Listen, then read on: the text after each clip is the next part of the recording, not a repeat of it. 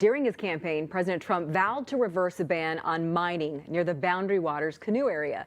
That ban covers about 350 square miles of the Superior National Forest just south of the BWCA. Trump could also move to reinstate 2 federal mineral leases pulled from Twins Metals, Minnesota. The group wants to build an underground copper mine near Ely, a project opposed by environmental groups. Richard Reeve has the latest on if and when these steps could happen.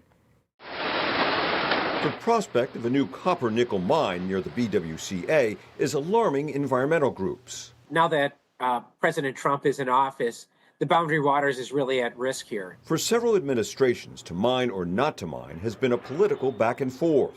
After former President Obama issued a mining moratorium in 2016, Donald Trump reversed it during his first term, returning mineral leases to Twin Metals, Minnesota.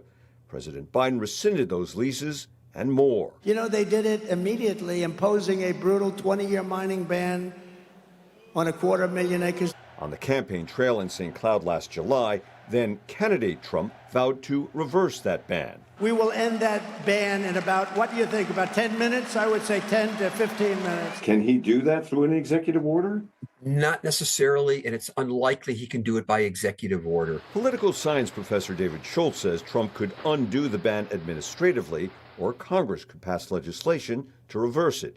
Either way could take weeks or months. There's a whole framework of law out there through a variety of environmental laws that require permitting, licensure, a whole bunch of different things to before you can actually allow that to occur. Environmental groups say a copper-nickel mine near the BWCA would leach sulfuric acid and mercury into the water.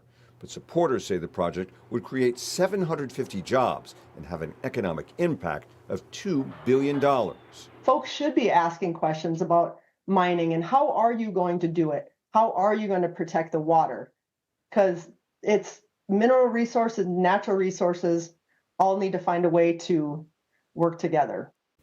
Now, just today, Democratic Congresswoman Betty McCollum reintroduced a bill to permanently protect the Superior National Forest from copper mining.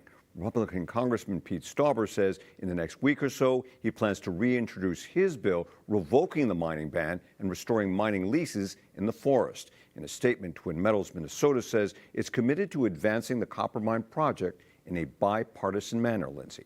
All right. Thank you, Rich.